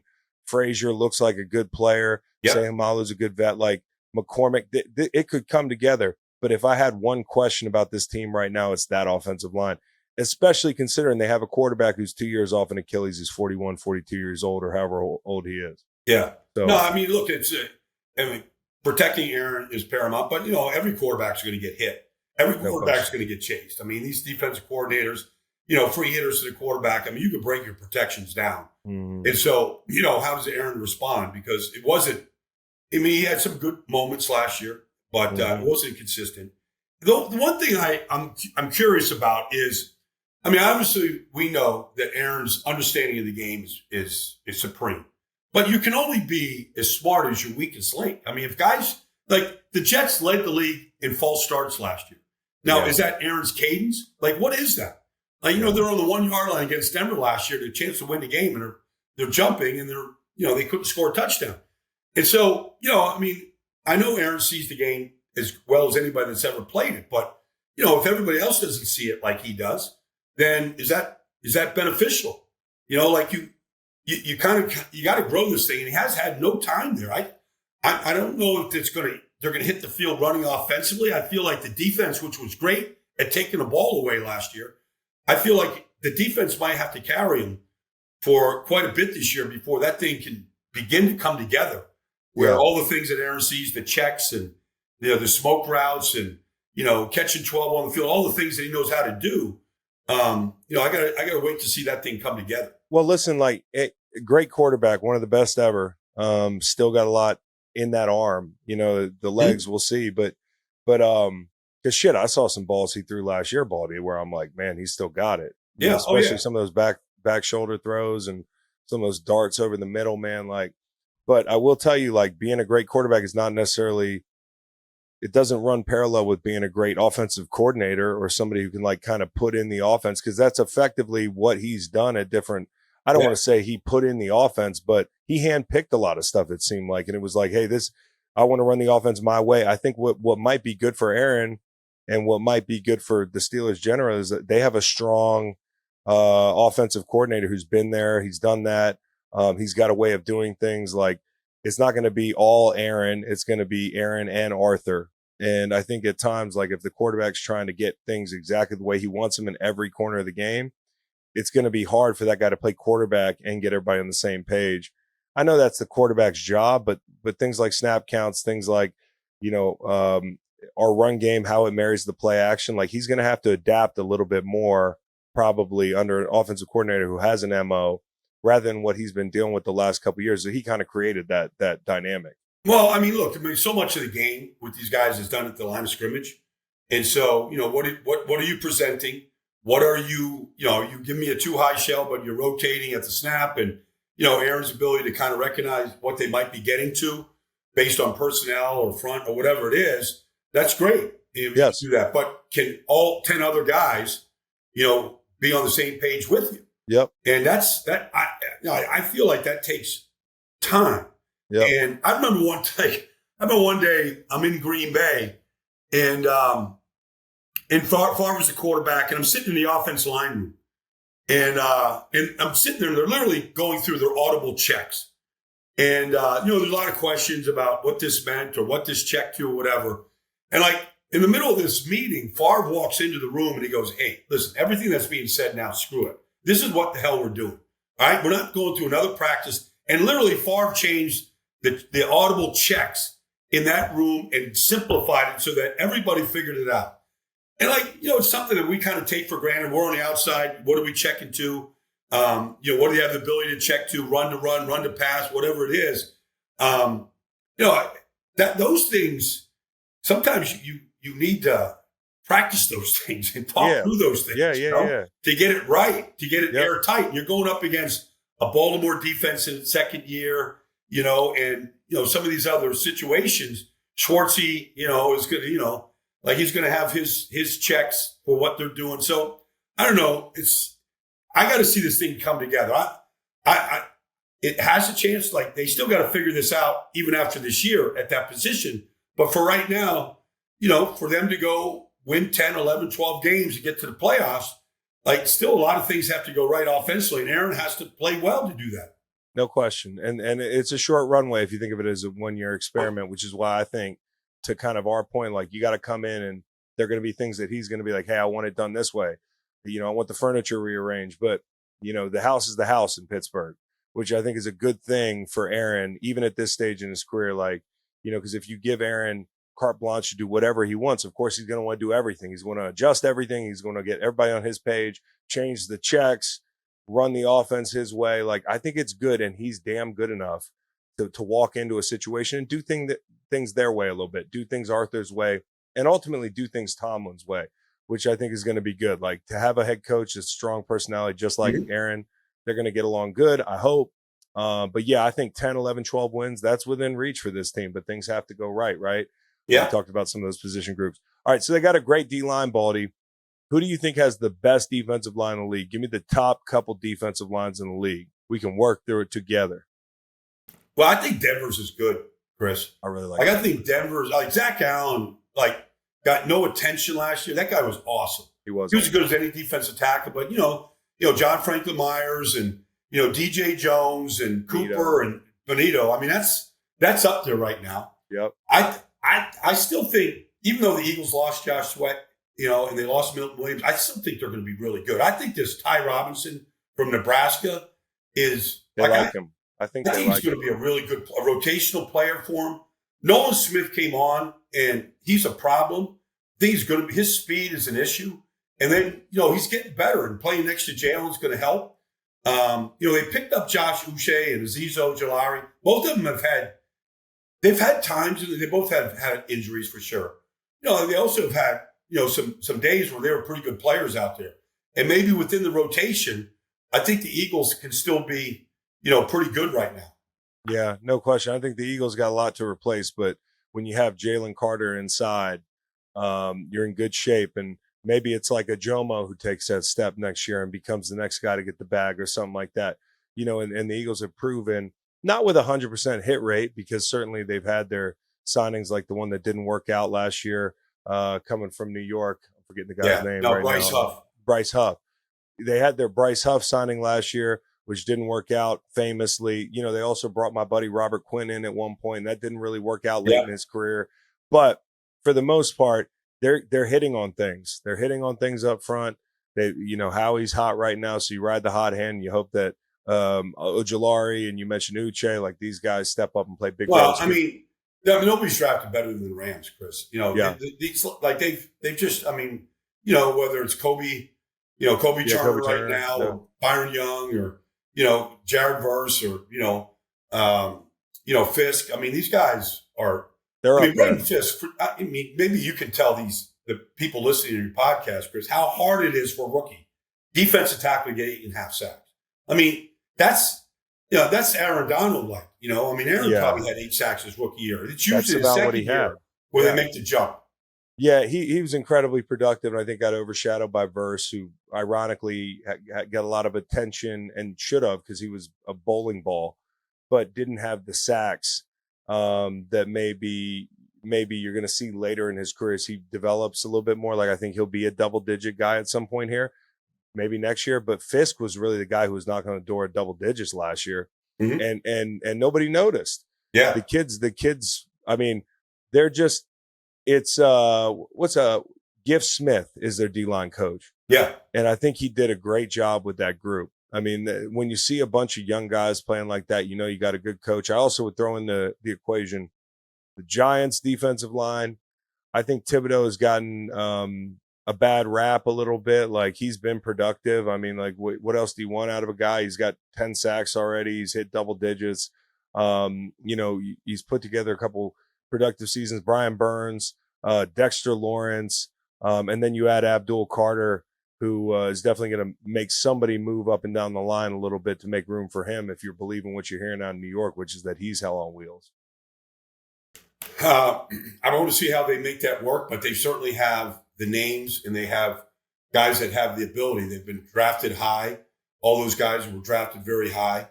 It's interesting, Dexter Lawrence, because what do 360-pound defensive tackles have to offer? Can they stay on the field long enough? I remember talking to Dexter about it. And I remember Wink Martindale was a defense coordinator, and Wink told me, he goes, man, if this Dexter Lawrence isn't in the Pro Bowl, it's my fault. Yeah. And, there's not a lot of those guys out there. Vita Vea, there's a couple, Jordan Davis, there's a couple guys like this. But what the thing that was interesting for Dexter was, like, he just wasn't productive in the pass rush. And it wasn't that he wasn't a great athlete or he wasn't in shape. It was a mental thing, staying on the field long enough to be able to get to third down and rush the passer. And I feel like I've told this to Jordan Davis's agent. Like, I don't ever make anything personal with any players, but Jordan doesn't play enough plays to stay on the field to affect in the passing game. And so can he be a high first-round pick if you don't do that? Mm-hmm. And so I do think a lot of this for big guys is very, very mental. For Vita Vea to play in that heat down there in Tampa, to play as many snaps as he plays, yes. Are you tired? Hell yeah, you're tired. Are you gassed? Yeah. But some guys have figured out how to play through it. And it's not about running wind sprints and all this other stuff. There's a mental component to staying on the field and being productive. And I think some of these guys have to fight through that. Yeah, no, Lawrence is unique. Like when you talk to former center, I mean, Jason Kelce is the one who always talks about how it's hell to get when you got a guy like that covering you up.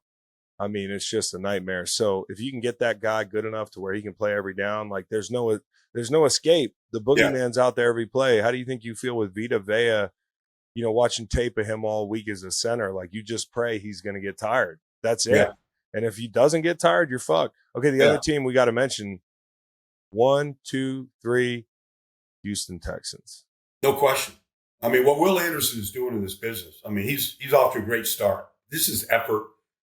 Way he smokes the corner right now. Yeah. And then to have, Danielle Hunter has been one of the great pass rushers in this business for a long time. There's just not many guys with that kind of length, with the variety of moves that he has, and kind of how awkward he is at times, and how you have to, like, really be patient on a guy like that. And then inside, whether it's, Settle comes on board right now. Sheldon Rankins has had good days.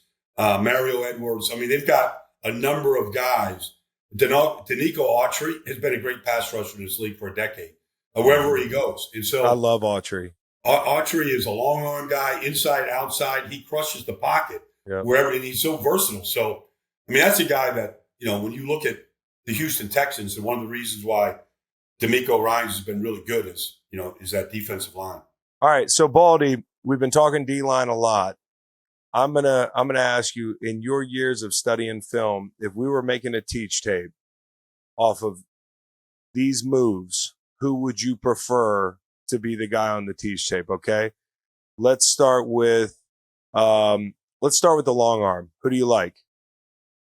I would say like Chandler Jones was really good with the long arm. Man, wasn't he? Yeah, Chandler Jones is like, I remember doing, like, real quick here, Chris, but I remember this time of the year when it's just dead, like ranking the best pass rushers in the league 1 through 10. Yeah. And I would literally go to Lane, go to Trent, go to some of these tackles in the league and go, tell me what, and Chandler Jones' name kept coming up. Always. Yeah. Because he was so unorthodox. He was unorthodox. He could jump around you without doing a cross chop. Yeah. But you just didn't know what he was going to do. But he had the length and athletic ability to do a bunch of different things at you. Well, his long arm often, he would kind of shock people with his long arm and then pull off of that. A lot of the other guys I think about that are long arm guys would get like Jason Taylor would get the edge, right? And he had the speed to burn the edge. Jared Allen had the length, right? And Taylor had the length as well, but Allen had like really rare length.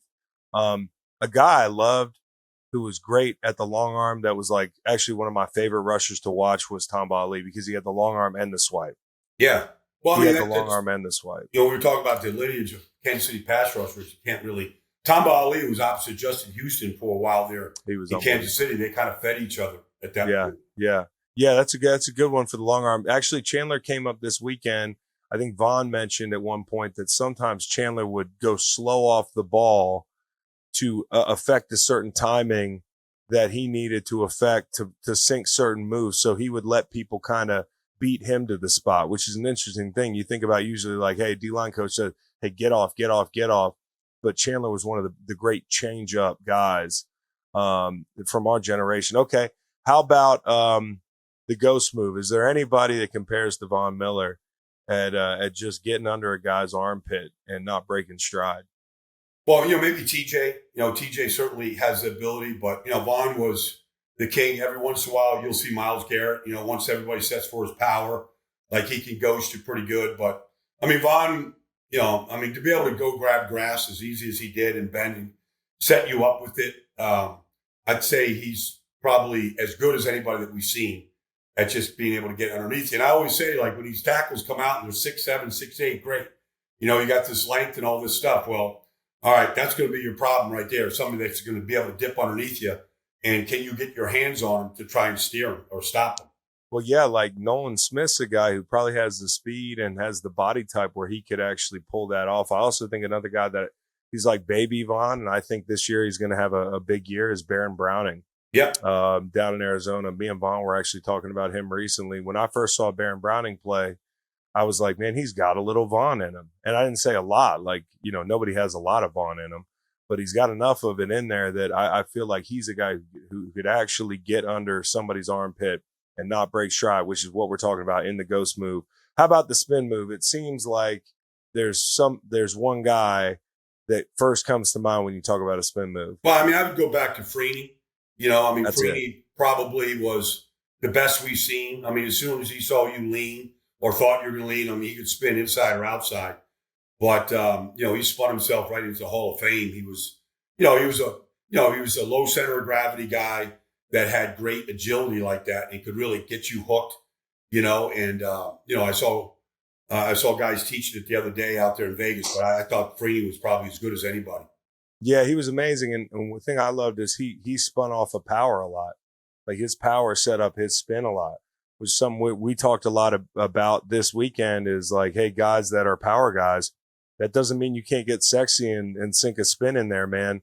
You can sink it off a long arm. You can sink it off of the threat of bull rush, that sort of thing. So I know a guy that you like is Trayvon Walker, who's got great power.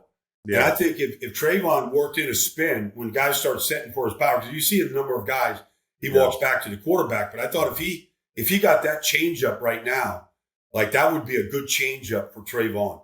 Because, of course, when you spin, you want that player to turn, right? Mm-hmm. You want that offensive tackle to turn and open the door towards the sideline a little bit for you so you can spin in through that crack in the door. But really what you're trying to do is you're trying to get somebody to stop their feet, sink their feet, especially that left foot for a right tackle, a left end. You want that left foot of the tackle to hinge and get stuck in the mud, because once you whip that ice pick around, which is that arm that you're sealing the spin with, he's stuck. And so I think being a power player, there's a lot that you can do on your counter inside, and one of them is a spin. Yeah. All right. How about just pure power, not the long arm? Somebody that's synonymous with running down your Well, I mean, Miles is probably as good as anybody we've seen right now with just the straight power. Yeah. And the fear that he puts in people, on a regular basis of what he can do, whether it's through a long arm or whether it's just, 4-point stance and just coming so low off the ground. Like his power is pretty rare in this business right now. No question. I mean, and the speed with it. I mean, he is as fast as almost any. You said he's a ghost rush guy. A guy 6'6", 300 pounds. It looks like. And so yeah, Myles Garrett for sure showing up on that tape. And then I think we talked about this move over the weekend, the chop club, which is one that, like, you ask certain guys, they're like, I don't really like. Even Vaughn. Yeah, Vaughn was like, I don't like, and I don't like chop club. Like I know it works for some guys, but for some guys it doesn't. There was a guy you mentioned that I thought was a great pull because he was the king of the chop club, was Osi Umenyiora. And he's one of the most underrated rushers, I think, in the history of the NFL. But he was amazing. He would kind of slide in. He'd go from half man to full man, and then he'd pop back out. And he just almost like hopped to the edge. It was like he would hop around the outside of the tackle. Very unorthodox, but he got it done. Well, I mean, there was a foundation to some Super Bowls there with the Giants with Strahan, the guys that they had there. But Chuck Smith, was working with him down in Atlanta. And, Chuck really kind of helped, really a lot of guys with that particular move. Obviously Aaron Donald picked it up, throughout his career. He ended up doing it over a bunch of guards, especially to the outside when he knew the slide was coming to him. Yep. Or the center that, he wasn't in any position to help out at all. The slide didn't do any good. He'd jump around the outside of the left guard or right guard. He could do it either way, but he was really good on the interior of that particular move. You know who else did a really good job? And I almost raised my hand during the thing, but I didn't want to be the first to raise my hand. But it was Robert Quinn. Yeah, Robert Quinn was no question about it. Quinny was, if you look at that 20 sack season he had, and he was one that the the whole chop club thing is like any of these moves, you're playing chicken. Mm-hmm. You're trying to get chest to chest, but with protecting your chest, but get shoulder to shoulder so you can sink that move. And at the last second, it's coming down over the arm. And you know, you get people to stop their feet and you use the chop club on low hand guys, right? So you want them to stop their feet, have their hands low, and you get almost shoulder to shoulder. But Rob would kind of jump into it. Mm-hmm. He would like bound into it, which just made it so crazy looking. But the thing that him and Aaron did a really good job of, they would chop down on that arm and they would reach around the back pad, of the pad. and they would get cloth on the nameplate to pull themselves through the second part of the move. And so you got to have length. You got to have good hips. You got to have explosiveness. Yeah, no, well, Robert had all those things. And Yeah. so, you know, very underrated rusher. No question. In the last 20 years, one of the more underrated players. No question. At his peak, I would put him up with the elite rushers in our game. He just wasn't able to, because of injury and that sort of thing, keep that going. But he had almost 20 in Chicago. Remember, he resurrected his career, and they had no idea they were going to get that out of him. But the other one for me is swipe. Stab, swipe. I'm putting Trent Cole in there at stab, swipe. I think Trent, you remember Trent Cole's tape, another rusher that doesn't get enough notoriety to me, 80 sack guy, just a total stud. And he had that technique down. He did. Trent, it was a long line, really, from Hugh Douglas to Trent, a bunch of, I go back to Reggie and, Clyde and all the guys in Philly, but, they've always had their guys. But he was good. Like right down the street from where I'm at in Fort Lauderdale here if I'm there at 9 o'clock in the morning, there's Joey and Nick Bosa working out. And Nick still has that ability because he's so low. If you want to put your hands out there on him, he's going to swipe them away, whether it's a one-hand or two-handed swipe. But he still has that ability to defeat, any tackle in his business on that particular move. No, that'd be a hell of a tape. We should put it together, Baldy. The last thing I want to ask you is to share with the viewers your story about coaching in Italy, because I thought this was incredible. We can close the show on this one. Yeah. I got a call. There was a great book written by John Grisham called Playing for Pizza. John was knocking out novels, 2 a year. He was living in Oxford, Mississippi at the time, and was a big college football fan. But he wrote this book, fiction book about an aging American football player that couldn't get a job in the NFL anymore. He ended up getting a job with the Parma Panthers in the Italian League of American Football. And so one of the teams that's his actual league, the Italian League of American Football, one of the teams is the Bergamo Lions. And so a buddy of mine, Doug Cosby, he was coaching at Stanford. He was coaching at Cal and kind of got burnt out on, 20-hour days, and he had kids. And so his kids had been raised. He's like, I'm going to go, I'm going to read. He read this book. He fell in love with the story. Asked me if I'd come be his line coach. I got permission from the NFL to, head over with him. So there we were in Bergamo in the base of the Alps right there, the northern Alps of Italy. And I started working with, so, each team had 3 Americans, but they're all Italian guys. So, we had this one basketball player, Numa Gallinari, and he was an aging, Division II basketball player in Italy, but he wanted to try American football. So he's 6'8", he's 320. Honestly, on his best day, Chris, he couldn't bust an egg.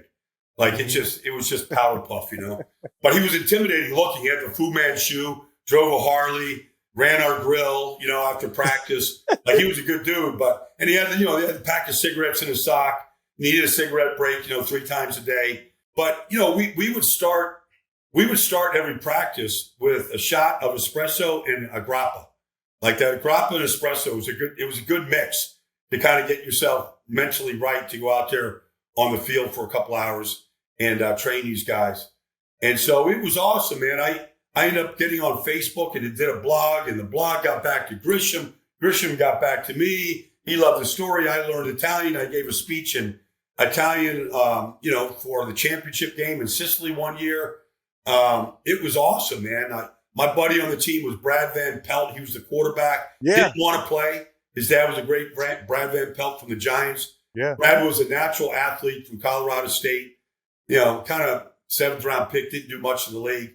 Was running an Enotech in Santa Barbara. Didn't want to be bothered with football. We talked him into it.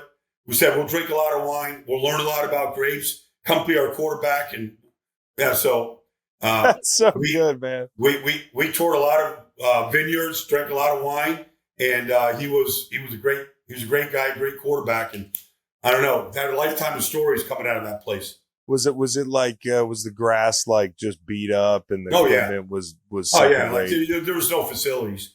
Like they had we practiced on this place. And, it rained a lot, in Italy in February when we were, like really beginning practice. We had a lot of rain, cold weather. We had a rugby field next to us. Sometimes the rugby guys would be on our field. We'd be on their field. Whoever got the field first got the field. Facilities, equipment. It was like old school football, man. Like, that's all. All right. But we literally went out after every practice, pizza at midnight, wine, they wanted barbecue and Budweiser. We wanted wine and pasta. It was like it's like that thing where everybody baseball wants players want to be football players. Yeah. Musicians want to be athletes. Yeah. You wanted to be Italian. They wanted to be American. I remember my right tackle was this guy, Pepe, and Pepe was a banker. Right. And, I went to open up a bank account, at his bank one day just to give him some shit. And, he'd been playing. He was like 40 years old, been playing a long time. Well, we played this championship game in Catania, Sicily. And, we get down, we fly down to Catania out of Milan, whatever. And we get there, we get on a bus, we got all equipment, we get on a bus. We drive like 3 hours through choking traffic in Sicily. We get to this restaurant and everybody's like eating and like, the fuck, we got a game in 2 hours. Like, we're not going to get back in time. So they call the guys up like, hey, we're going to be late. We ran into traffic.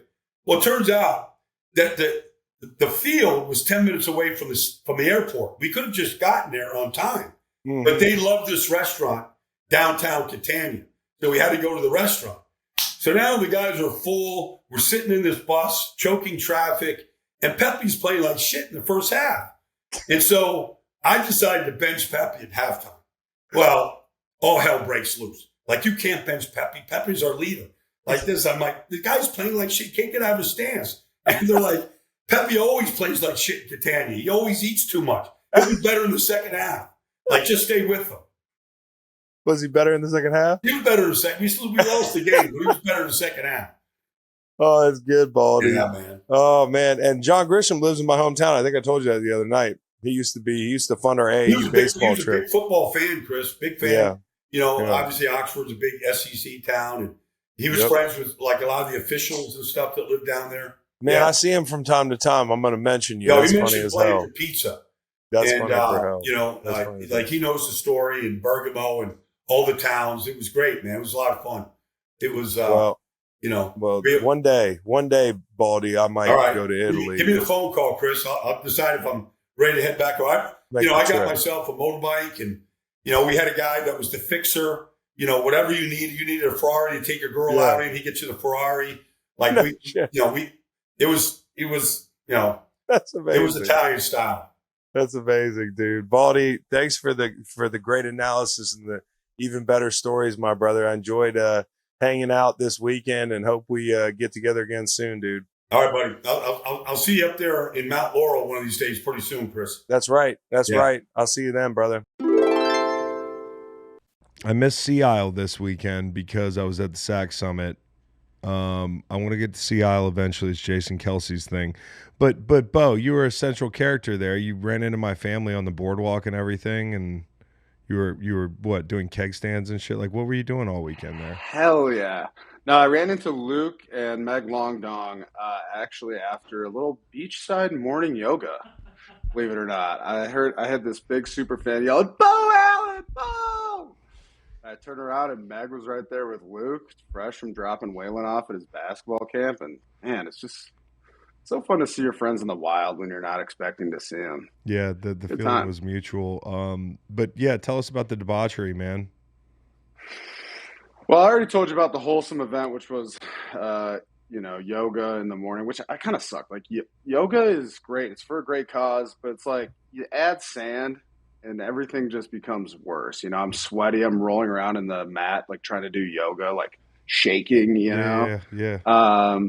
But no, before we get into the debauchery that was Seattle, I do want to say this is all for a great cause. The goal was to raise $1 million for Eagles Autism Foundation. All that money goes directly to that cause, and that goal was accomplished. So, you know, as much of a shit show as it all was for a very positive thing. So I want to shine some light on that before I tell these tales of you know, drinking and revelry. But I think the best part was I had a bet with Kels going into this. We did DEXA scans, which, as you know, Chris, that's Bone like the density? most accurate. Yeah, it's a good way to get bone density, but it's the most accurate way to determine your body fat composition. And Kels and I had a bet. Whoever could have the best body comp going into this, the loser had to wear a Speedo for this, you know, charity celebrity guest bartending event at the Ocean Drive in Seattle. And your boy won the event. I won the bet. I knew you did So I because kinda you won- wouldn't have brought it up. Oh, I mean, plus I'm fucking yoked up, dude. You are Come on. yoked up, bro. Thank you. Is that why we saw so- Kelsey's meat in that Speedo? That's why Kels was rocking a fresh Brazilian wax. Look at that girl in the blue. I know. She's like, what? Done. Oh. But Oh, Kels was my- a good sport about it, man. Like he Yeah, just- showed up to pick me up from the airport on Tuesday in Philly and was like so grumpy. And I was like, "What's your deal, man?" He just come from getting a bikini wax, Oh like my literally God, bikini bro. wax, to pick me up. He said he had to go to 3 different spots before he could find one that would do him. Eventually found one in the neighborhood, got it done, and then to his credit, he wore the Speedo for the entire day. Like I thought he was gonna, you know, just kind of do that big scene and then take the Speedo off. He wore it all day. Of course he did. So like, gotta give him some props for that. Yeah. But you know, the event itself, dude, it was great. Like Sidney Brown was there. There's Cooper. Landon was hilarious. Oh man, there's BG. BG with the Jello shot. Yeah. Oh man, you Jello shot. That's the most fun I've Big ever Dom seen. was That's the most there. animated I've ever seen Cooper DeJean. Dude, he actually loved it. Like he had a really good time. Anyway, raised a ton of money. A lot of Eagles fans there. I think the highlight of my day was, you know, they kind of shuttle you around. The OD is a huge bar in Seattle. Tons of different. There's like an indoor bar, an outdoor bar, front bar, back bar. They shuttle you around, and it was like 100 degrees. And I'm walking by like this inside area where everyone's kind of cooling off. It's still, you know, 95 degrees in there. And Dom pops up out of nowhere. He goes, hey, Boo, follow me. So I'm like, yes, of course. And I followed Dom dude. right into the back cooler. And it was this huge back cooler. We're sitting on kegs.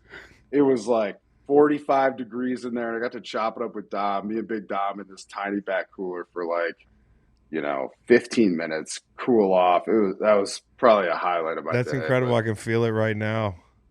I can feel it just Yeah. thinking about it right now. It's hot as fuck here too.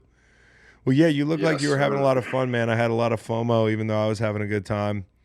I would have liked to be around all my buddies, but yeah, no. I'll be there next year. I will. Not that you Cool. asked. You can wear a Speedo. Yeah, no, I probably won't wear a Speedo. Actually, I do have this wolf Speedo where like the mouth of Oh, the I know. wolf is. Yeah, you know that one. You rock that in Killy. I did rock that up on Kelly. Yeah, I did rock that up on Kelly. It wasn't as cold up there, evidently, as it was in Sea Isle. We've heard this. We've heard, I think, a couple times on the show, an allusion to this. The wolf Speedo? Yeah. Yeah. What bet will it take? I really don't. I mean, I don't have to lose a bet. Like, I will pack it on vacation and then come out to go swimming. And like, my wife is just like, "Wow, what are you doing?" But no, to lose a bet, like to have to wear it at Sea Isle, I don't know, man. You guys have to think of something. But maybe it's the I'll come up with DEXA scan. something. DEXA scan situation. You think you beat me at the DEXA scan, Beau? I know you got more muscle mass, Ooh, but that'd be tough. I mean, the way we did our competition was What was your whoever lost the percentage? most. I was 16%. oh fuck, I'm killing you, dude. Sorry. No, but we did whoever lost the most. It wasn't like the lowest. Mine was lower than okay. Kelsey's. It was whoever lost the most and put on the most lean mass. So if you lose 1% body fat, you get 2 points. If you gain a pound of lean mass, you get 1 point. So I think I had 6 or 7 total. And then you points. I lose can't it remember. all But in I the sea aisle over a 48-hour period. literally, yeah. Drank 2,000 calories in garage beer alone on Wednesday and Thursday. Look at you, man. You're a mover and you're a mover and a shaker, bro. I still have my Sack Summit bracelet on. Do you have your green bracelet from getting in that bar? No, I got my Sack Summit bracelet. I had all my nightclub bracelets too, just through yesterday. So you were at Sack Summit. There isn't a nose guard summit yet, Beau. Do you have any ideas of what a nose guard summit would entail? Yeah, I was thinking on this. Well, first of all, I thought it was kind of bullshit. I didn't get invited to the Sack Summit because I had 2.5 career sacks. Yeah. So I guess my knowledge just isn't appreciated there. But no, I have other skills and techniques and a lot of great knowledge around nose guard play. And I think basically what nose guard summit is, it'd be like a hot dog eating contest. Yeah. Right? Followed by 3 days straight of 9-on-7.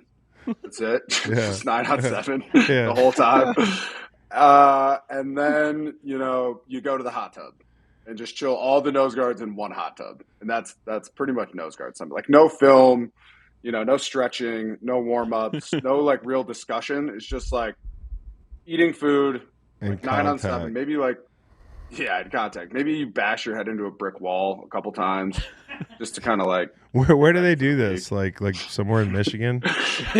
No, it's got to be fucking Alabama. Alabama. Yeah. The nose tackle summit. I mean that's crazy. I think you could pull that off. The liability sounds like it's a little bit of a challenge with that, though. You've seen a lot of sacks. You have a lot of knowledge. I saw one in Sea Isle this week. Pause. He said pause.